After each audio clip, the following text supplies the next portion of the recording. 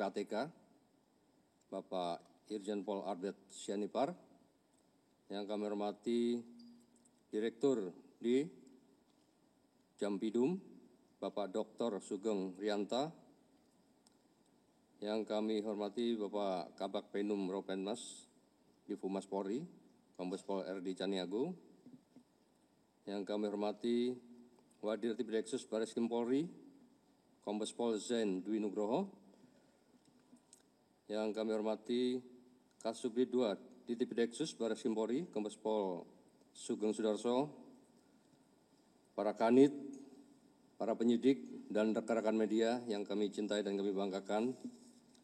Pertama-tama, marilah kita panjatkan puji syukur kepada Allah Subhanahu wa Ta'ala, Tuhan yang Maha Kuasa, atas nikmat dan karunia-Nya pagi hari ini kita dapat berkumpul dalam rangka melaksanakan kegiatan press release pengungkapan perkara tindak pidana perbankan dan atau tindak pidana informasi dan transaksi elektronik dan atau tindak pidana transfer dana dan tindak pidana pencucian uang yang dilakukan jaringan sindikat pembobol bank dengan modus melakukan akses ilegal untuk pemindahan dana ke rekening di rekening dorman secara in absentia atau tanpa kehadiran fisik nasabah senilai 204 miliar rupiah yang terjadi pada tanggal 20 Juni 2025 dan diungkap rekan-rekan penyidik dari Subdit 2 Perbankan di Tipideksus Bareskrim Polri. Perlu kami sampaikan bahwa pengungkapan ini didasari oleh laporan polisi nomor LPB 311 bulan Juli 2025, tanggal 2 Juli 2025, serta surat perintah penyidikan nomor SP Sidik 646 7 Romawi 22 225 di Tipideksus tanggal 3 Juli 2025. Sejak awal bulan Juni 2025, jaringan sindikat pembobol bank yang mengaku sebagai Satgas Perampasan Aset melakukan pertemuan dengan Kepala Cabang Pembantu salah satu bank BNI yang ada di Jawa Barat untuk merencanakan pemindahan dana pada rekening dorman. Kesimpulan dari pertemuan tersebut, kami sampaikan bahwa jaringan sindikat pembobol bank yang mengaku sebagai Satgas Perampasan Aset menjelaskan cara kerja serta peran masing-masing dari mulai persiapan, pelaksanaan eksekusi sampai tahap imbal balik hasil.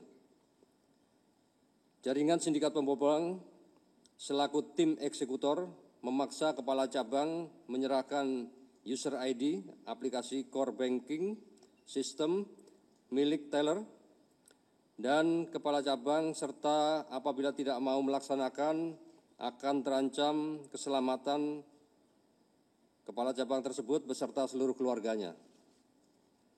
Di akhir bulan Juni 2005, jaringan sindikat pembobol bank selaku eksekutor dan kepala cabang bersepakat untuk melakukan eksekusi pemindahan dana rekening dorman pada hari Jumat pukul 18.00.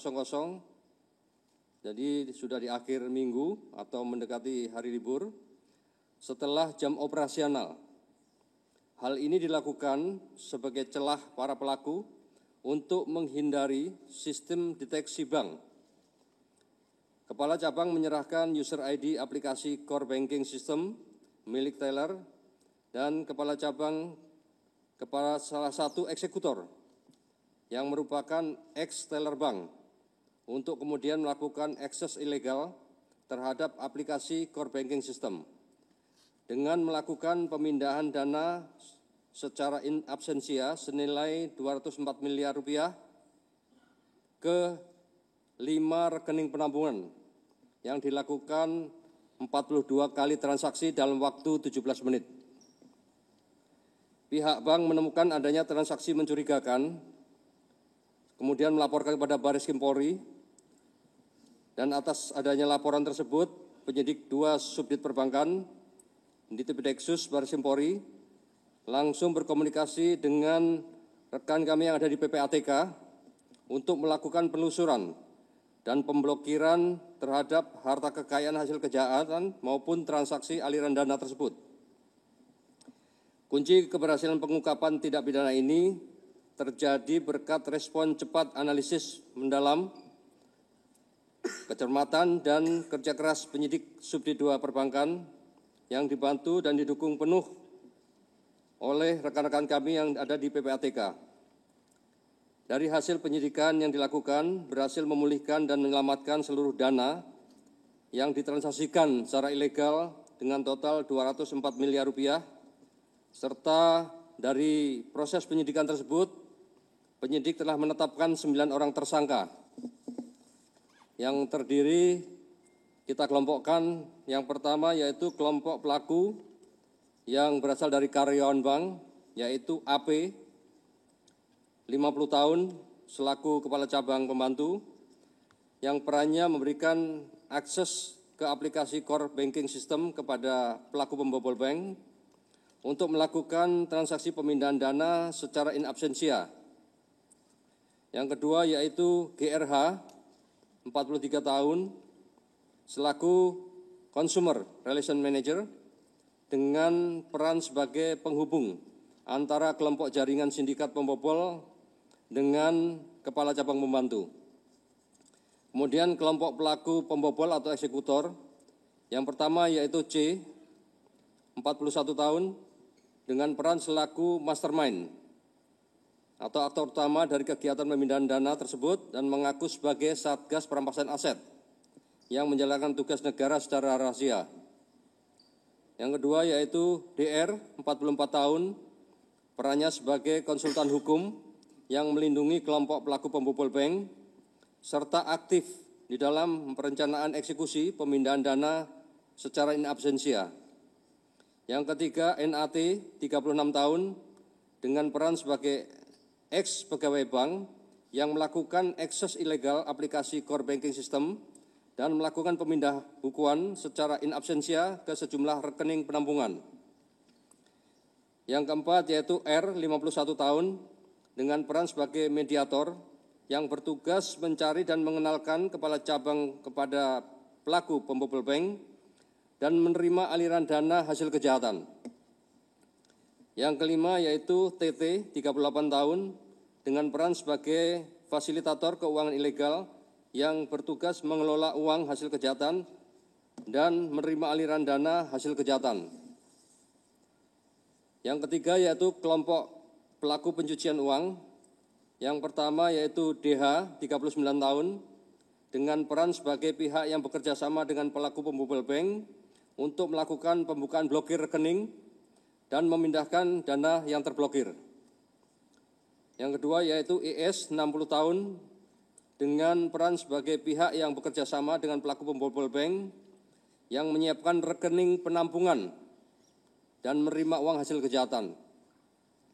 Dari 9 pelaku di atas, terdapat 2 orang tersangka berinisial C dan K serta DH sebagai sindikat jaringan pembobolan dana nasabah yang menargetkan rekening dorman, yang juga terlibat dalam kasus penculikan terhadap Kepala Cabang Bank BRI, Cabang Cempaka Putih, berinisial MIP, yang saat ini ditangani oleh Ditreskrim Polda Metro Jaya.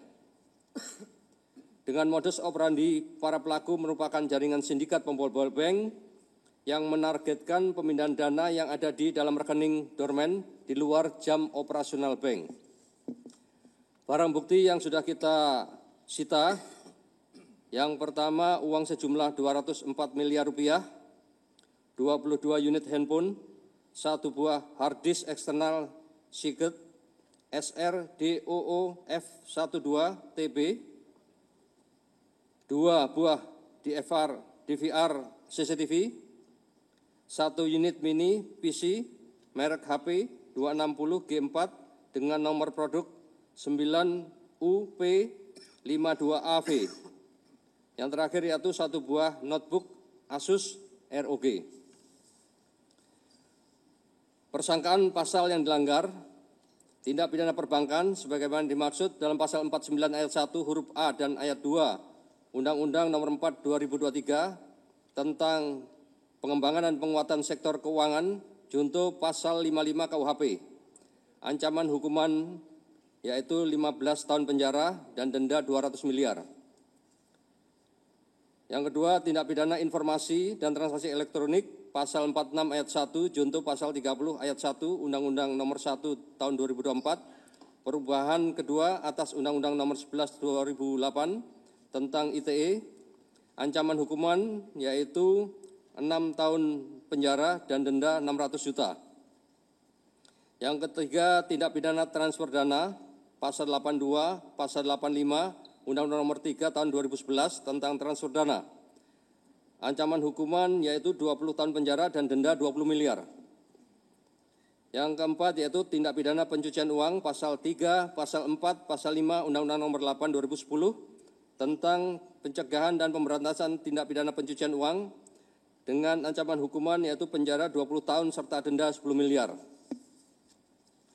Rencana tindak lanjut melakukan pengembangan kepada pelaku yang lain yang saat ini masih dalam proses penyidikan dan pencarian dalam jaringan sindikat pembobolan bank tersebut dengan menargetkan rekening dorman.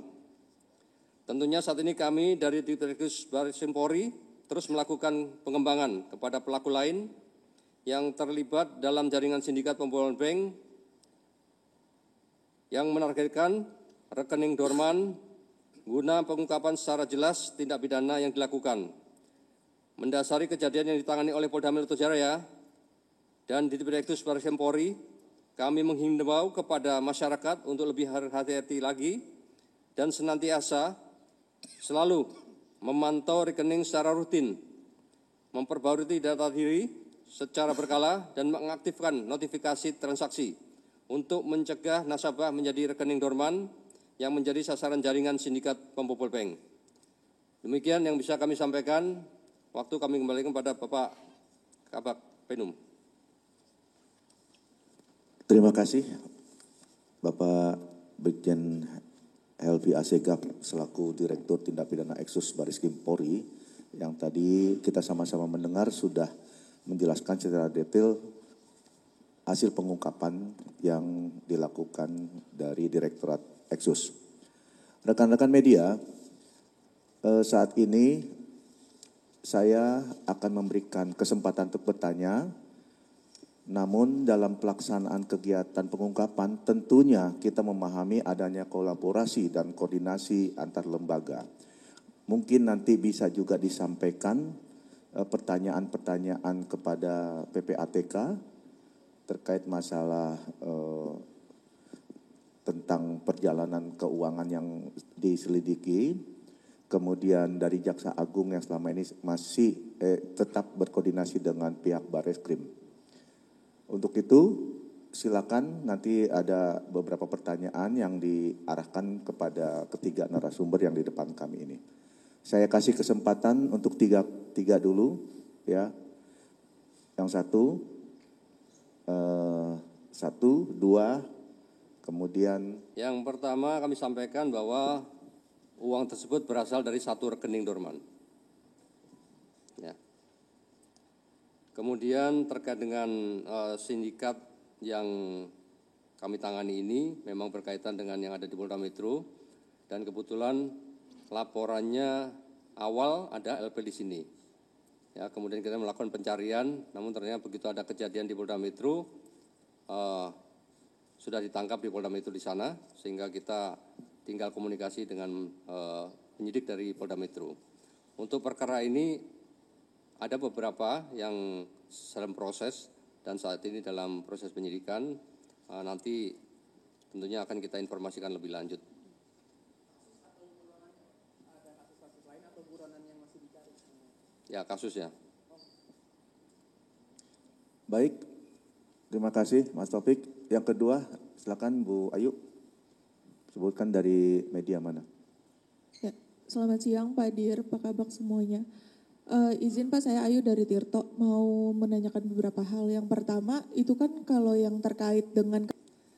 Untuk perkara di kita masih dalam pendalaman, nanti kalau ada informasi lebih lanjut keterlibatan pihak-pihak yang lain akan kita informasikan. Kemudian pemberi informasi rekening Dorman tadi di Polda Metro tadi diinformasikan inisial S ya. Untuk di kita inisial D yang saat ini dalam proses pencarian. Terkait dengan masalah rencana ini sedang terus kita komunikasikan dengan penyidik Polda Metro untuk mendapatkan fakta. Nanti akan kita informasikan lebih lanjut. Terima kasih. Baik, pertanyaan yang ketiga, silakan. Jadi kita sedang melakukan pendalaman dengan tindak lanjut kita, yaitu konfrontasi nanti dengan seluruh tersangka. Ya, nanti hasilnya akan kita informasikan lebih lanjut kepada teman-teman media. Karena ini perlu fakta ya, bukan hanya sekedar informasi saja, tapi harus kita buktikan karena uang itu belum sempat berpindah. Jadi sudah berpindah, kita amankan, belum sempat dinikmati oleh mereka. Gitu ya. Dengan cepat kita melakukan pemblokiran sehingga mereka belum sempat mencairkan uang tersebut. Ada sebagian yang sudah dicairkan, langsung kita amankan juga. Baik, sebelum kita melangkah ke sesi kedua, mungkin dari Sekretaris Utama PPATK. Kami sampaikan untuk bentuk pencucian uangnya, yaitu salah satunya dengan menukarkan uang tersebut dengan uang falas yang dipindahkan ke rekening pihak lain yang menjadi penampungan tadi, ya. Dan kita sudah melakukan pemeriksaan kepada penjual falasnya atau money changernya. Yang saat ini dengan pendalaman dan kita terus berkoordinasi dengan JPU. Kemudian terkait peruntukannya, mereka tidak ada informasi yang disampaikan terkait peruntukannya. Tapi yang jelas mereka berbagi setelah nanti mendapatkan hasil dari transaksi ilegal tersebut. Cukup ya. Pertanyaan kedua, Ibu Yona, silakan. Ya, terima kasih Pak. Selamat siang Pak Dir, saya Yona dari Metro TV mau bertanya. Yang pertama terkait pemilik dari rekening Dorman ini Pak dengan jumlah. Mereka tidak saling mengenal awalnya. Jadi yang Deder tadi, pelaku utama, itu yang mencari orang-orang yang punya hubungan dengan PJK. Jadi mencari dia, setelah dia mendapatkan, dia mencari juga orang-orang yang bisa membuat rekening penampungan. Setelah terkumpul, mereka berkomunikasi di beberapa tempat dan itu beberapa kali, baru mereka membuat rencana sesuai dengan skema yang tadi kita sampaikan. Artinya Deder inilah yang sudah membuat rencana secara utuh. Mereka mencari orang-orang yang bisa dihubungi untuk bisa mendapatkan akses ke PJK. Sehingga mereka bisa melakukan itu semua setelah lengkap sampai dengan pembuat rekening penampungan. Lagi? Oh. Untuk pemilik rekening tersebut inisialnya S.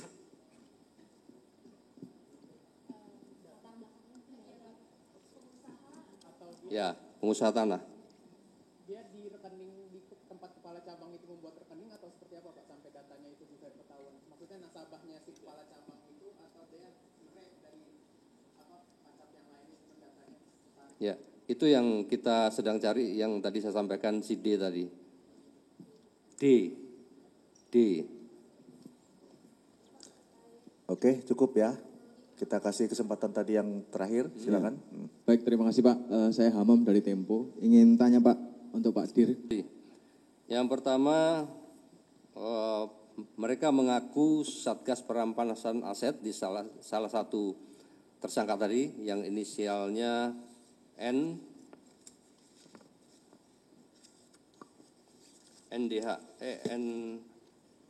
NAT, ya, itu mengaku dari salah satu lembaga dengan membuat ID card, salah satu lembaga di pemerintahan kita.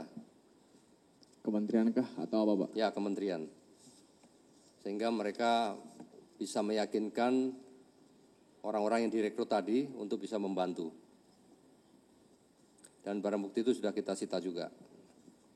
Kemudian yang kedua, sosok D ini perannya sebagai pemberi informasi rekening dorman yang akan menjadi target. Artinya orang internal perbankan ya Pak? D? Bukan. Oh, bukan. Ya, nanti kita dalami lebih lanjut, kita informasikan. Yang ketiga, pembobolan apa harus dengan orang dalam. Pembobolan bisa menggunakan cara-cara yang konvensional yang tadi sampaikan, harus melalui pihak PJK atau oknum PJK. Bisa juga dengan illegal access melalui hacker. Ya, dan itu kan sudah beberapa kali kita lihat ada perkara yang seperti itu. Cukup ya? Oh iya Pak, tadi berarti yang 70 miliar itu beda ya Pak? Ya, terpisah. Terpisah, oke. Siap. Tidak, di luar yang ini. Terima kasih. Yang saya hormati pimpinan rapat, Bapak Brigjen Pol Helvi Assegaf, Bapak Ibu sekalian yang saya hormati, dan rekan-rekan media. Dalam kesempatan ini kami tentu tadi selain ingin menambahkan beberapa pertanyaan yang secara tidak langsung juga ditujukan kepada kami, perlu kami sampaikan bahwa sesuai sambutan di awal oleh Bapak Pimpinan, kegiatan ini bisa terungkap karena adanya respon cepat dalam rangka melakukan analisis dan penyidikan terhadap tadi adanya kegiatan illegal access yang melakukan perintah transaksi dalam tempo cepat, durasi dalam waktu yang pendek ke rekening-rekening maupun perusahaan-perusahaan perorangan yang sifatnya money malls yang di dalam biasa kita kenal dengan nomini. Tapi dalam kasus ini kendali dan kuasa pemanfaatan rekening itu ada pada si perusahaan maupun si perorangan money malls. Tadi oleh teman dari Berita Satu ditanyakan modus operandinya. Di sini terjadi memang kompleks. Dan sampai saat ini PPATK sudah membuka sampai di layer ketiga. Dari pertama perusahaan KUFA, kegiatan usaha pedagang valuta asing, dan 3 orang pemilik rekening money malls tadi. Yang mana ternyata 2 entitas ini melakukan transferring dana hasil peretasan itu masuk ke rekening-rekening yang sedang dalam posisi dorman. Sisanya ada sekitar 54M, inilah yang dimintakan oleh Bank BNI maupun rekan-rekan penyidik Mabes Polri untuk dilakukan upaya follow the money, follow the asset. Dan sampai saat ini kegiatan masih berlangsung. Adapun modus operandi yang memang terlihat jelas di sini adalah kegiatan dengan melakukan upaya pengaburan transaksi keuangan tadi yang kita biasa kenal di dalam modus-modus tindak pidana pencucian uang, smarfing, dia pecah-pecah, dia bagi-bagi, kemudian dia ada U-turn di sana karena salah satu money malls tadi rekening yang dipakai untuk menampung dana hasil retas itu ternyata terindikasi adalah milik pelaku utama tadi yang merupakan pimpinan Bank BNI. Jadi modusnya U-turn. Kemudian ada upaya-upaya membuka rekening dalam tempo 1 sampai 6 hari sebelum tanggal kejadian 21 Juni 2025. Kenapa bisa terdetek? Karena dibuka dalam waktu yang sangat dekat, terus kemudian terjadi perputaran transaksi yang cukup besar dalam waktu singkat. Selanjutnya Modus yang berikutnya tadi, dana tadi terkirim masuk ke perusahaan jasa remittance, masuk ke dompet digital, Gojek, GoPay, kemudian ditarik tunai, dan terakhir dipakai untuk kepentingan pribadi. Demikian tambahan dari kami. Terima kasih.